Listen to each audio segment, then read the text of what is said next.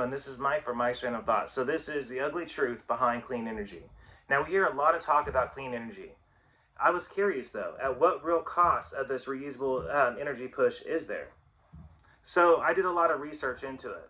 And it turns out, not only are companies using or allowing children in slave labor by ignoring the different people's pleas that live locally, they are causing a massive amount of damage to the environment, both on land as well as in the sea or oceans. So a lot of mining for minerals is actually being done in the DNC, or Democratic Republic of Congo, which is in Africa. Now, don't worry, we'll be looking at multiple different areas though. So why is there so much actually being done in Congo, Africa? Although Congo is reported to be one of the poorest countries on the whole globe, it is also holds one of the largest cobalt deposits in the world. As our demand for reusable resources actually increase, so does the corruption as well as exploitation of the people behind the scenes of mining.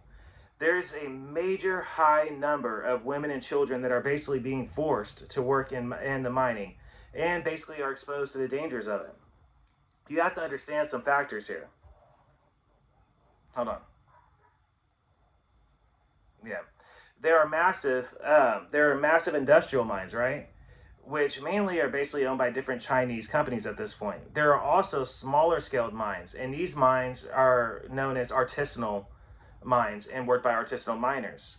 As a result of the smaller mines often being illegal or partially being controlled sites, the mines actually operate with basically freedom for people to do what they want. As a result, violence and corruption runs very high.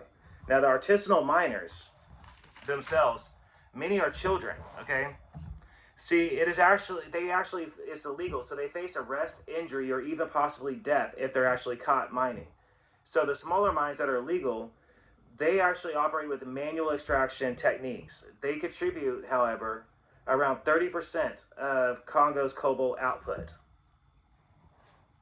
Due to it being such a poor country, regardless of the risks actually involved, family members venture into it anyways.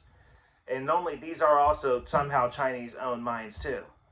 Now, they often trespass as a result and work basically as fast as they can, trying to extract as much cobalt as they can before being caught by often a very corrupted security force. Now, the risks may run very high, but they know if they're able to attain a high enough amount, that will be able to meet their very basic economic needs. Now, I want you to keep in mind that the key word here is basic, okay?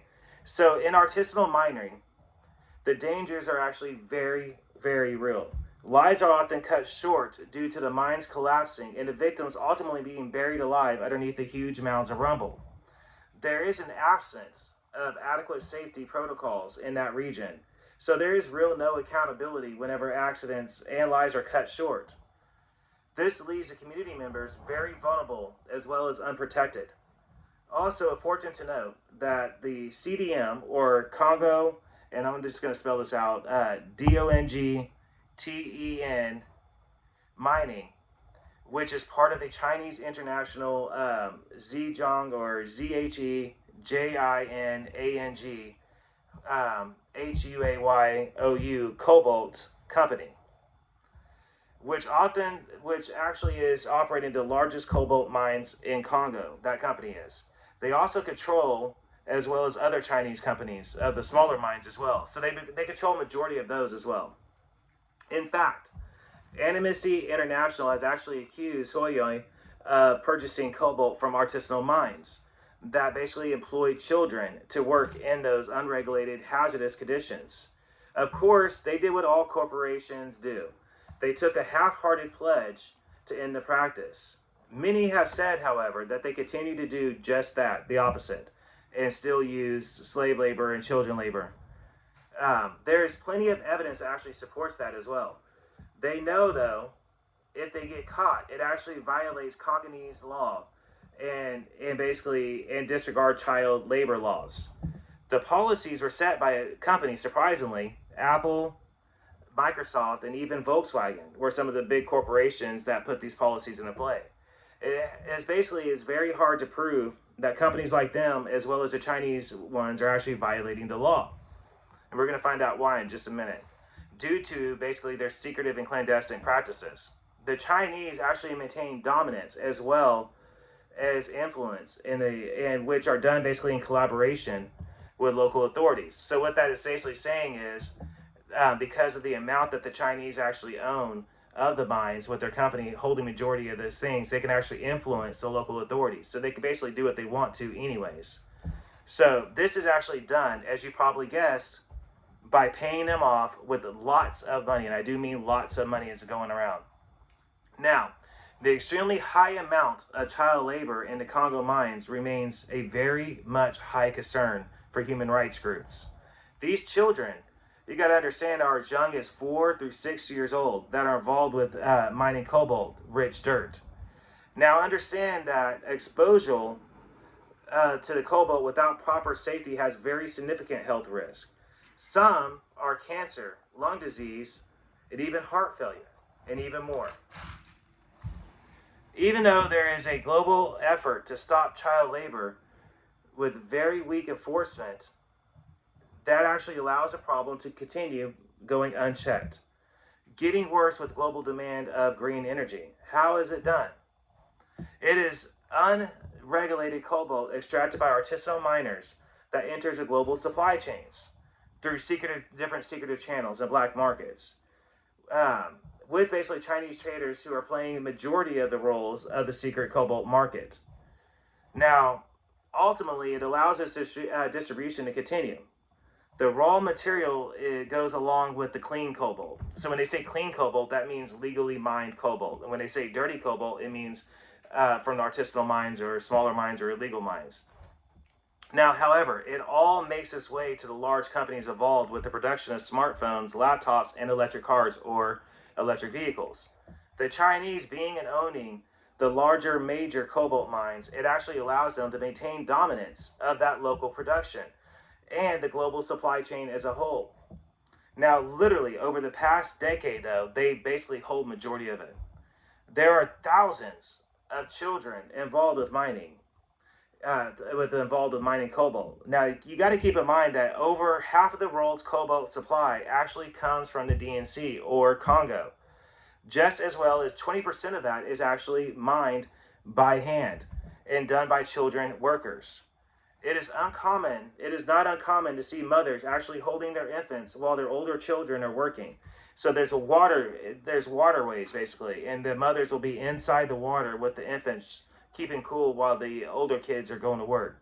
Now, a lot of them are actually at the same time breathing in toxic dust from the mines as they're mining. The dust is actually proven to be toxic, and we're going to find out more about that as well. Now, one news interview actually showed that what's going on is the dirt is piled into bags and they go without labels. Now, everyone is involved with transporting the material. You'll see every single, children after child, grabbing these bags and running off with them. Now, as a result of this, it becomes impossible to actually trace who actually mined what cobalt. The Chinese bought the cobalt and then they actually sell it to other Chinese companies. As they ask, all they'll ask is the material clean. They do not make sure if it is, though. They don't really care if it's clean, to be honest. One journalist showed that China has a firm grip of cobalt mines. They travel as they basically please to and from different mines without being stopped at all. Yet, the journalists themselves were stopped multiple times by security to stop journalists asking for their proper paperwork if they have the right credentials and the right paperwork to be there at the mine site. Now, one child that was interviewed was as young as 10 years old, said that both his parents were already dead, and that working in the mines, he has to do that so he can get money for his grandma, who he basically lives with, to make sure they have, basic needs and food and etc. So just to give everyone some perspective, cobalt is actually being called the new oil of Africa. In 2019 alone, Africa's production of cobalt actually reached 100,000 metric tons. The cobalt miners are actually only making around $3.50 a day of working. That's not an hour, folks. That's a whole day's total pay is $3.50. That's what these companies like Mercedes, Tesla, Microsoft, Apple, the Chinese companies are paying them. Earlier, when I said that people actually die in the mines as they collapse, some of you should actually remember that fact that they're buried alive. And many of these bodies are never recovered as a result because of the amount of dirt that's piled on top of them. So workers basically report that they make little to no profit mining. So as a result, they can't afford to take any sick days. If they do, they actually lose 1 to 2 days a month of work. So Congolese workers, they're not unionized. As a result, they do not protest. If they did protest, this will result in an automatic dismissal of employment. Many larger corporations secretly terrorize the local workers. Anyone that becomes activists or they try to speak out about the working conditions in the mines or around the mine area, they're threatened. And then if that's not enough, often they'll reach out to even their family members and start threatening their family members as well, and fellow like neighborhood villages. So one famous case to look at was an individual named Auguste Matombo. As a result of him talking about the conditions, he was actually forced to leave the country of Africa. Even after he left, he received threats for helping local families with taking legal action against larger corporations. Some of these larger corporations are Tesla and Google, Volvo, Renault, Mercedes, and several different tech companies. Again and again, these large companies that claim that they have nothing to do with the exploitation of local workers or child labor and sourcing raw material from mines that actually had children working and practiced. Facts are, however, that the children are hired or forced to work by smaller companies. These companies sell to the larger companies. This results in a very complex chain of numerous subcontracting, which allows the larger corporations basically to just claim they lost track of the ore on this travel and they only buy from ethical suppliers. They know nothing of any illegal suppliers or child labor suppliers. So the child labor, as a result, is actually so widespread in Congo that larger companies simply could not be aware of what is really going on, or if it came from mines that support child labor and forced workers. That's how much is going on. There's so much child labor and forced workers, slave labor going on in these mines. It's such a rampant of a problem that the larger companies, even if they wanted to claim that they're only sourcing from clean sources, ones that practice ethical mining practices, there's no way for them to prove that because it's such a rampant problem in Congo and other villages as well in other areas. So you always hear basically how good clean energy is for the environment. However, how good is it truly for the environment? I mean, as it turns out, the production of it is actually devastating for the environment. Almost a third of the country's cobalt is actually mined in wells underground. The rest is actually mined in large pits. And these look like massive sized pits, by the way. Those large mining craters that have been created, which are accompanied by larger industrial scale facilities that are being used to sort the cobalt from the soil. Now, one of those main areas is Kintongo province. Now, this province is one of the major sources for cobalt production. Many children have been born with numerous birth defects in this area in recent years. Many have actually been born with face and speech problems, as well as swallowing problems. Many are born with defective mouths or lips. Some infant cases are so severe when they're born, they actually don't even make it to full infant term. They die while they're still very much just beginning infancy. Now, I'm trying to see where I was. Hold on. So medical doctors in this area have actually determined, right, that is actually caused by the cobalt mining due to it being reported in children around that live around the mines. The Department of Toxicology at the University of Katanga took water, soil, and flora and fauna samples from the mining areas. The conclusion that it actually drew is that it's caused by the waste from the ore processing. It contains heavy metals as well as other toxic elements that basically, as they pump it out and store it, they dump it into the environment through the water chain, which also affects the village's food chain, which ultimately affects the health of the local residents. So we're going to look at another country real quick, Indonesia. Indonesia is one of the world's largest nickel producers. The country actually has declined in stopping issuing permits due to companies dumping mine waste into the ocean. The areas that are close to the mines have actually produced toxic waste, which has leaked into the local environment. It actually changed the color of the soil. It actually wiped out marine fauna from the coastal shores as well. It has actually caused breathing problems with local residents as well. Even knowing all of these problems, the country of Indonesia still says that it plans to expand nickel extraction and production due to the global demand of clean energy. Now let's look at a case in Europe, okay? So little is actually known, little is unknown mineral containing lithium was discovered towards the beginning of the last decade in Serbia, in the Jadar River region. This project actually started off very small. However, the project grew very large in just a couple years. And how did they actually deal with the local activists who were concerned about them mining in their areas where they live? Well, they did what all large companies do. They bought the local support. And they did this through donations to local schools, football teams, and local farmers. Now, one company, Rio Tinto, which is actually has the desire to be Europe's largest lithium mining operation, although this company has a very bad reputation due to the lack of environmental sensitivity. Here is the actual reality of electric vehicles. Yes, they may not release pollutants into the atmosphere. However, their batteries are charged with electricity, which is actually produced by normal methods that are used by fossil fuels are used to charge them. So at the same time, in the areas that material is mined for the elements for electrical batteries, at the same time, research has shown it actually causes mass destruction of the ecosystems as well as loss of human life. Now, prospecting materials to build electrical devices, mining them, has very serious ecological consequences, as well as a massive impact on the biodiversity. Back in the Congo area of research now, we found that 100% of the cobalt production actually comes from there almost. They use child labor. Locals breathe in the toxic dust that are floating in the area, that tunnels collapse on workers as they mine. They do not receive basic protective equipment. There are no face masks or gloves that are given to these workers.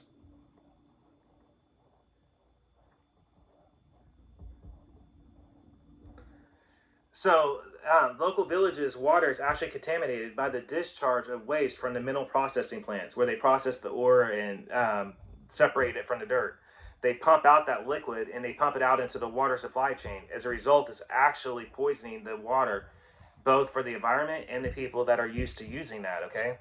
So the local residents that drink the water and breathe in the contaminated water, there are areas of the globe known as Lithium Triangle, okay?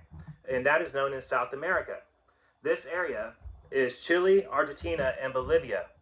In these areas, massive quantities of water is pumped from the underground sources to help extract the lithium from the ores.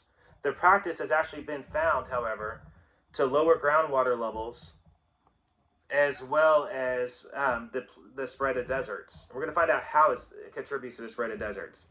So the copper, everyone uses it, right? Many of us don't think about how it's made, however. Thousands of tons of copper is needed for the creation of wind and solar devices. Also, electric vehicles use 2 to 3 times more copper than gas-powered engines. Most experts actually estimate that the need for copper will increase more than 300% by 2050. So one British journalist actually stated, if you wanted to turn all the vehicles in the UK, which is roughly around 31 million cars, into electric vehicles, would require 12% of the world's entire copper output. That is just in the UK alone. That's not all the countries, okay? That's a very high number. 12% doesn't sound a lot, but when you're putting it into that perspective, it is actually a lot. So experts across the globe have stated it is a very unrealistic demand that they want so many electrical vehicles within a short decade time period. Now, I wanted to actually look at the effects of clean energy on indigenous communities as well. So Chile, as we were saying before, South America, is now the second largest producer of lithium. Lithium is one of the most critical components of batteries. The batteries are used to power electrical vehicles, our smart devices, as well as reusable power plants. Now, lithium can be extracted by 3 different ways. Hard rock, which is very commonly done in Australia, um, and sedium Ontario rock. Evaporation brines beneath salt flats. South America's Tacoma Plateau. Sorry, I was just reading along my notes here. So now miners actually pump the salty lithium, which actually contains the water source, okay? They pull the brine into massive ponds. These ponds can take years for the evaporation process to actually separate the lithium. Now, this favorite technique that is done by big corporations actually drains an already little water resources in the Imago wetlands, as well as harms the local indigenous communities. So it's already a desert-like region, okay? And so them doing this by using all the water to separate the lithium is what it's saying is it actually creates more desert regions because they're using all the water. And we're going to find out more about that. So the native communities actually suffer a slow violence that creates conditions of ecological exhaustion. Although the PINOC or PINOCET area in Chile has a privatization of minerals, water that give companies owners the country gave companies ownership of those resources in the area. That mining results in squeezing an already dry region, making it even drier, which creates more deserts. The native communities end up losing on this. They lose their access to potable water. This leaves them actually relying on what is known as tankers to deliver water to them. See, before I go any farther, you got to understand that there is a native people, indigenous people, and then there is the government people. These companies have basically bought the rights to the area from the government people, even though the indigenous people said, hey, you're using up all our resources and you're drying up everything and you're killing all these animals. The corporations are like, well, guess what? We just bought it from your government. So that's that. So different people all together, though. The locals said that they used to actually have a river. That river is no longer there. It's non-existent. They say that there is not a drop of water anymore, anywhere along that area. There is only, this is not only in the Copiapo or Copiapo, it is all of Chile. There are rivers and lakes that have completely disappeared due to the companies that are owning the rights to the water, then instead of the regular citizens of Chile. So these are like your big tech companies that are buying the water rights. So say there's a water area in your area. So out here where I live at, it'd be like lakes. So these companies are coming in and saying, hey, we want to purchase all the water in this area. And here's how much we're willing to buy it for. And so when they're done, the water's gone. It's just gone. It's vanished. So the area surrounding, which is actually the capital of Chile's Atacama region, is no stranger to mineral extraction. It is gold, copper, boron, and lithium in other mines around. These mines actually produce a toxic tailing ponds that pollute other water sources, as well as depleting them completely. Now, majority of Chile's lithium extraction actually takes place in the Atacama Desert salt flats. This is actually close to Chile's border with Argentina and Bolivia. Now, Chile's resources are actually now disappearing as a result of this. And this is due to they're saying to the global demand for lithium. It's basically the demand is skyrocketing. So they're pumping out even more water and basically taking all the water. Now, people are finally actually warning other people in Chile, the indigenous people are telling them, hey, don't let these big corporations come to mine in your area. They are telling them what actually happened to them, which their resources are drying up in massive desperation amounts and very fast. And what happened to them ultimately what happened to the other people, as well as their water completely disappearing. And I don't know about you, but water is actually very important to people. So around 70% of tribal nomadic groups are now living in urban centers of the Copiapa or Copiapa. Sorry, my punctuation is saying it wrong. That's why I'm spelling it out. So if the salt flat continues to dry up, there is a fear that those who actually remain in the mountains, the indigenous people that live in the mountains, will actually be forced to leave with their resources drying up. So they've used all of it in the bottomlands, and now these companies are trying to buy up the area above in the mountains. Now it is indigenous communities that actually suffer the most with the impact of lithium mining, as they do not see any of the benefits from the mining whatsoever. Their government might, but those communities do not. So just as we saw in Congo, this is a clear case of using local poor communities and bribing the local government and the local police, and basically the local people receive no benefit to the lithium because it is going to different places and basically being exported out of Chile. So the country don't even really see the benefits of it, because once it's pumped out, once they get the material that they want, they basically send it out of the country anyway. So it actually benefits other parts of the globe, not Chile as a whole.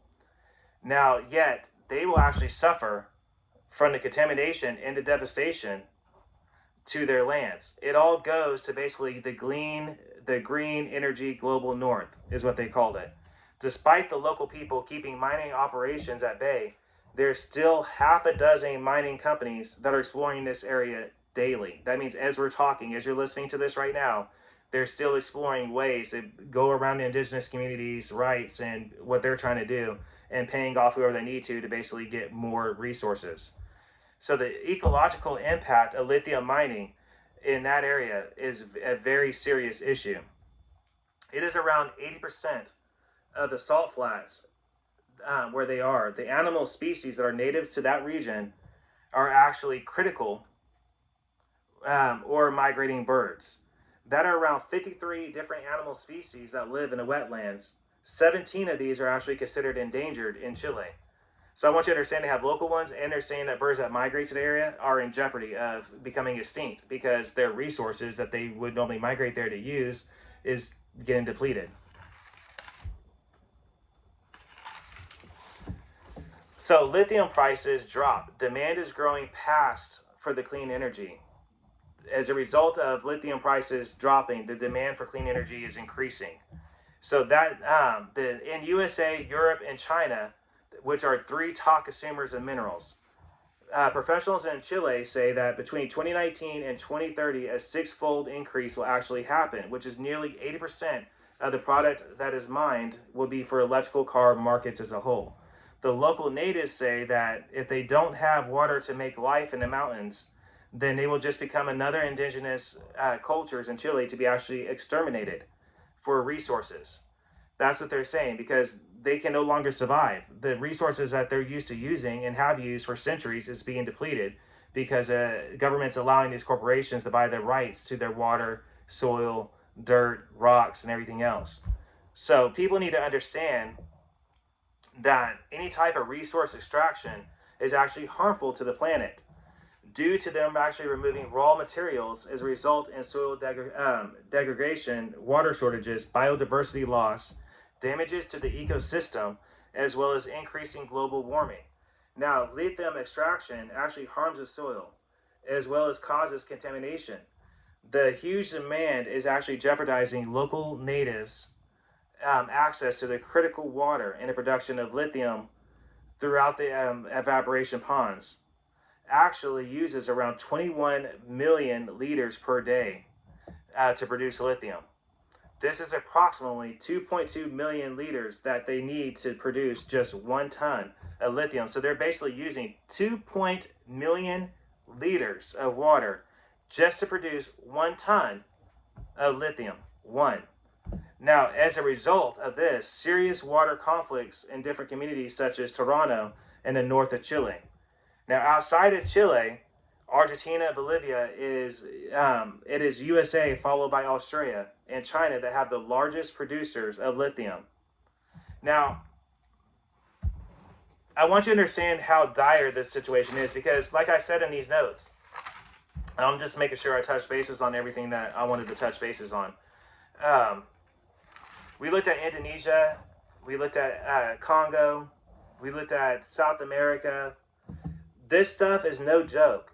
They're taking advantage of poor areas. So when you look at Congo, this is one of the poorest countries in the world. Yet they shouldn't be that poor, because the number one resource, which is cobalt, that is being mined out there, comes from that region. So you would think the people wouldn't be that poor, but they're not receiving any benefits from mining the ore. Okay, the ore meaning cobalt, um, which is they're calling the new oil of Africa because of the demand for it. Now, understand that China owns 80% of the production of that, right? So that means that China is basically reaping all the benefits. So they're getting, these Chinese companies are taking it all, and then they're sourcing it out to the bigger companies. The bigger companies meaning Apple, Google, Tesla, and other smart tech companies. They're buying it from it, but they're not buying it from the African people. They're not buying it from the local people that's actually doing all the work in the mining, and their people dying as a result of it. They're buying it from the Chinese companies for whatever set price the Chinese companies are doing. Now, these companies are only paying the local workers $3.50 a day on a product that they know they can afford to pay them way more than that. Now, even when you look at other areas, such as the lithium producers, we're talking about the tribal people. Now, the tribal people are saying they receive no benefit from the lithium being mined. Their government does, because these companies are coming in and saying, hey, we're going to strike a deal with you. We want to buy this water area, and we want to buy the rocks over here. We want to buy this section of mountain over here. And they'll buy it for whatever amount set price they have.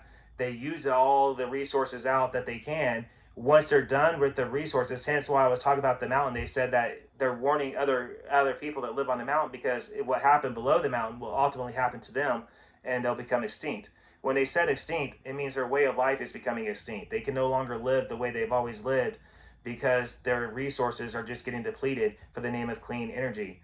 So you already heard about how these companies have children being forced to work. Now, often what's going on is it's such a poor area, and it's such a rampant problem of slave labor. When I say slave labor, what it is these greedy and corrupted officials are coming in at gunpoint and forcing people to work because they have a quota that they got to meet.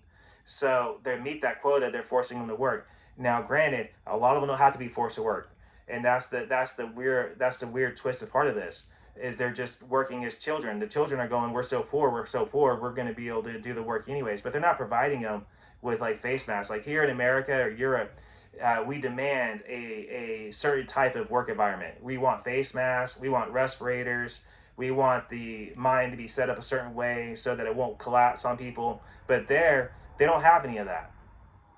They don't have any unions, and they don't have anybody basically going to bat for them. It's their word versus the big corporation's word.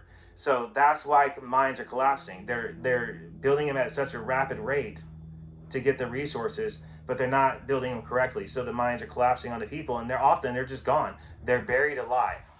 Okay, so keep that in mind. They're literally buried alive, and they're never heard from again. Some of the people were screaming and crying when they're talking about their loved ones. They'll never see again. One reporter said that when she was there, a mine collapsed and 6 people were buried alive, and those 6 people are probably never going to be heard from again. You know what I'm saying? And that's an ongoing problem. Now, I didn't include it in the research material, but in these bonus features that I'm going to attach to this, you'll see for yourself some of these problems. The toxic dust I was referring to is not the mining region. You got to think about how easy it is for dust to travel through the air. Okay? So, say on this napkin right here, you have the mine over here, but the village is off over here somewhere. And it's not that far off from the mine. I mean, it's walking distance for them to go to work. So the dust from the mines is carrying in to the villages. One of the villages, she showed that it's like this thick of toxic dust that's all over their plants and crops. And that's part of the contribution of the poisoning of the local people, because they're eating the stuff, and the water that they would normally use and the water they would normally drink and use to grow stuff is contaminated, because the plants that they're sourcing everything out of and extracting the cobalt from the minerals, because it's dirt, so they're having to do what they do in these refineries, if you will. So the wastewater is being dumped into the waterways. Now, as it's being dumped into the waterways, it's traveling through their rivers, and the local people are poisoning themselves because of the amount of toxic metals in it. It's the toxic metals and the toxicity level that's killing all the local marine life. It's killing the local plant life and the animal life. It's more than just Chile. It's also over there in Africa. It's killing literally everything because it's toxic. Not the stuff we're using for the phones, but the way that they produce it is very toxic to the environment. And ultimately, what you're seeing is when they're done with these pits, right? Say they got all the resources they can from it, they just leave it and they move on to the next. So they say, okay, so all of this is, let's look at this map. So it'd be like all of this region is already done. So now we're just going to go to this other region and we're going to take all their resources. So right now, ironically, you're hearing about different government coups, right? Like in Africa and Gorban and stuff like that. You're seeing and hearing about like Nigeria and how they're taking back. Basically, they're trying to get a control of their resources, their minerals, because right now, majority of the minerals actually come from these regions, and they know that. So they're tired of basically getting played. And you're going to be hearing a lot about that in the future. I have no doubt about that whatsoever. You're going to be hearing more about countries going, hey, we've had enough of your stuff. We're taking control of our resources and oil and everything else, and you guys are going to buy from us instead of buying from these companies. It's a really big problem that they have. And it's the same thing that I heard about in human trafficking is third party. You're not, like Apple said, and these other companies said, you're not mad at us because we have subcontractors that are working. So those subcontractors are telling us the material is clean. It's not being coming from child and slave labor. It's coming from the up and up resources. So as far as we know of, it's good because that's what our subcontractor is telling us. But the subcontractor is actually doing the illegal hiring down there. Do you think they're going to be honest with them? No, they're not. They're not honest with them. And that's why that one guy that came out and said, hey, I'm going to provide you with legal help, he was harassed to the point to where he had to leave the country. And then that wasn't enough. These companies actually harassed his village and his family members as well to try to make him stop trying to give them legal advice on how that they can unionize and gain rights to their stuff. So that's what you're hearing a lot of going on right now. And you're going to be hearing about it a lot more. These people, they're scared to talk on camera. I actually talked to one of my friends over in Africa. I wanted to see if they could come on here onto the show. And whenever I told them what the subject matter is, it's going to be on the artisanal mining and cobalt mining and lithium. They basically told me nobody's going to be willing to go on camera and talk about that. And the reason for that is just what I just said. They're often killed for speaking out.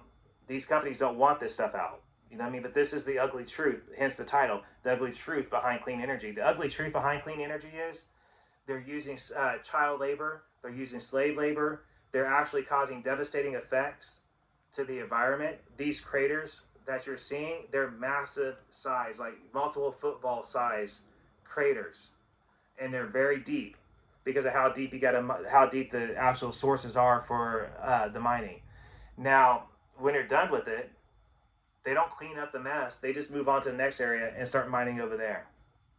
Now, understand that China owns roughly 80% of cobalt production, okay?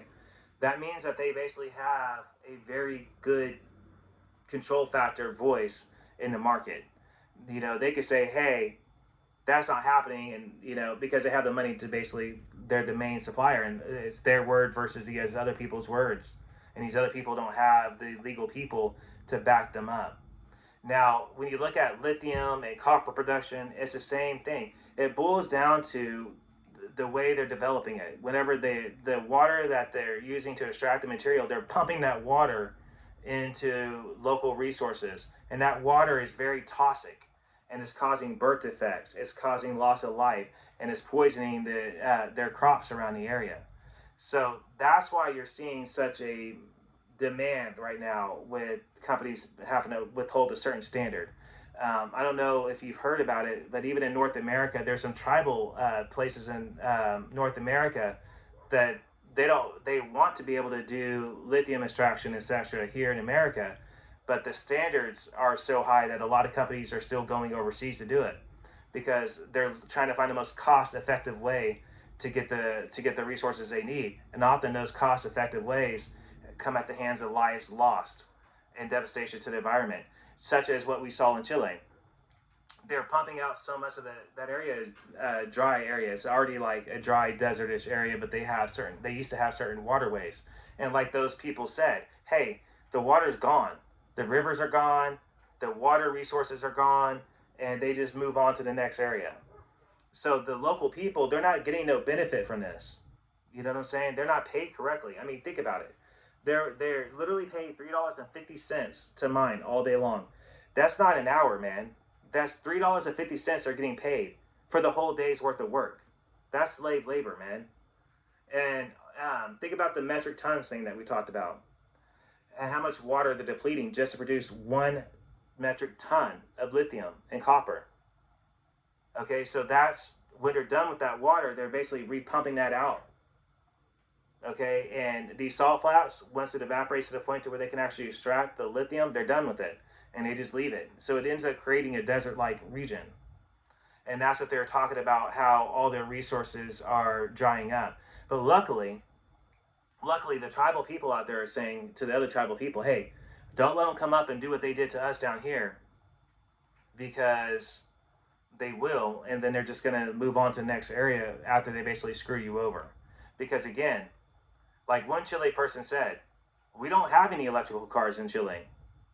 You know, and like the people in Africa said, they don't have any electrical cars in Africa. I mean, the rich people might have them, but the local people that's working in these mines, they don't have that. They're not receiving any of the benefit from it. Us in these other countries, we're receiving the benefits from it, but it's like literally what I'm deeming the new blood diamonds. Like when in the 90s, you heard about blood diamonds, right? Well, this is being called the new gold. Okay, so the new gold is cobalt, is lithium, is all these other clean components that they use for batteries. But it's coming at the cost of human life. That is, they're literally getting killed and dying working. It's creating toxic environments. Like these women kids are being born to the point with enough birth from breathing in the toxic dust. Their kids are literally dying after being born. They're not even making it to 1 year old because of the levels of toxic metals and other areas, things in the dust that the infants are breathing, and it's basically killing them. So this is a very big concern to people that's involved in human rights groups, although you're not really hearing about it that much because all you hear about is clean, reusable energy. But they're not telling you where this clean, reusable energy is. They're not telling you that they're basically like 4-year-old kids are grabbing these massive size freaking bags. Okay, I wish I had something big enough to show you how big these bags of dirt actually are. Okay, so they're piling them once they get them all, and they pile them into these bags. Okay, these bags are placed off to the side over here, and then it's like everybody fends for themselves. So they're grabbing it as fast as they can, and they're taking it to the black market site or the complex market that we were talking about in the research material. And when they go there, the only thing that these companies are asking is, hey, is it clean? Yeah, man, it's clean. Yeah, no problem. It's clean. It came from a clean artisanal. It came from a clean mine. It wasn't an artisanal mine. It wasn't an illegal mine. It was a clean mine. All is good. All is good. And that's all they want to hear. And after that is, how much do you want for it? And then they negotiate a price. So it's already a Chinese person that they showed through the interview, and that you're going to see for yourself if you watch the bonus features. And then that Chinese person sells it to the Chinese company. So the Chinese company gets it, and he puts it onto the market. And then Tesla, Microsoft, Google, Volkswagen, and Ford, and Chevy, and all of them, they go, oh, look what just hit the market. So we need this for our batteries for our electrical vehicles. So we're going to go ahead and buy that from you right now. But they're not asking where it's coming from. And that's why they're talking about subcontractors and third party. And these companies are able, like, time and time again, you'll hear them. And it's the most annoying thing. When you know about how they're actually doing it and how this stuff is actually done, it's very annoying when you hear them say, hey, you're not mad at us. You're mad at this person. You're not mad at them. You're mad at this person. You can't get mad at me because I'm sitting in my suit in some office and I don't have a clue where it's coming from. As far as I know of, it's coming from up and up sources. Now, come on now. They're not dumb.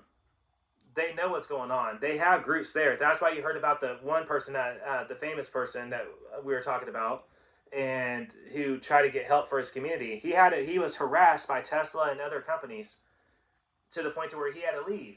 And even after he left, he was harassed because he was still trying to get them help to the point, and he kept doing it until they started threatening the lives of his family that was still there in his village. And he said, okay, I'm done.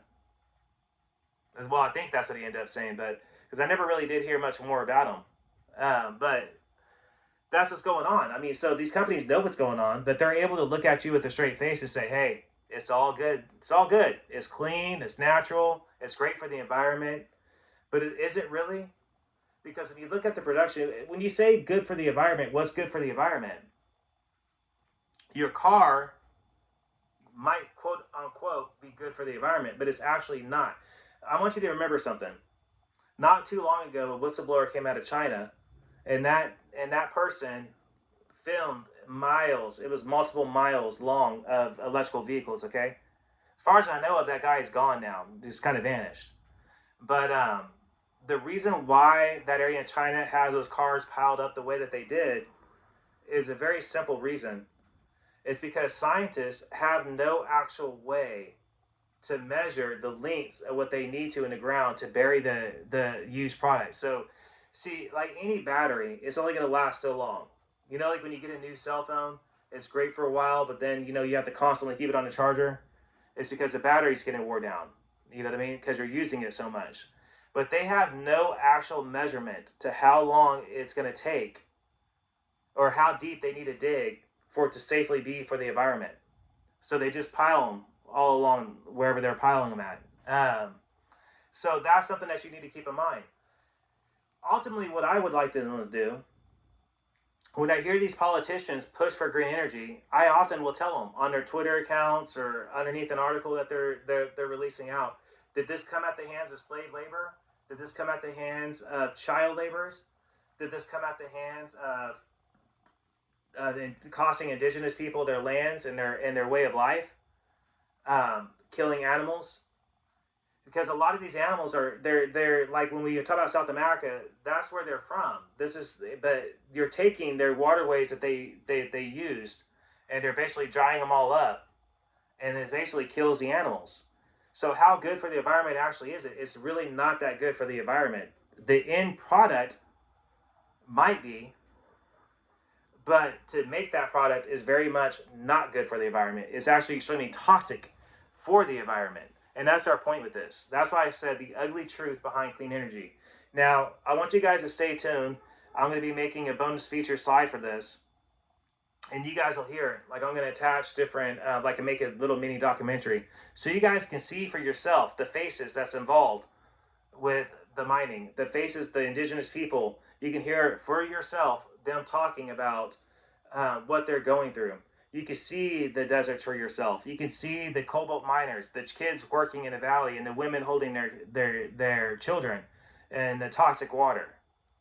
I want you guys to be able to, because I want you guys to have a perspective of why I care so deeply about this. Once you see this stuff, you're not going to be able to unsee it, and that's a fact. At least, and that's what I hope. I hope you don't unsee it, because this is the ugly truth behind clean energy. This is the part of it that they're not telling you. When these globalists are saying we need to go to clean, reusable resources by such and such a year, a lot of times other scientists are telling you that's a very unrealistic goal. And the reason for that is just what we were saying. The amount that it takes to produce one is a very unrealistic goal. And these people know that. But they also know the majority of us out here, we're not going to do any research into it. So we're not going to have that many questions for it. You know what I'm saying? That's why I decided to do this podcast episode. So people can actually have an idea of what's going on behind it. And that's why I decided to do this as a series, meaning that how my human trafficking was. I'm going to make a documentary series behind this and establish all the clips together so you guys can actually see for yourselves what I'm talking about.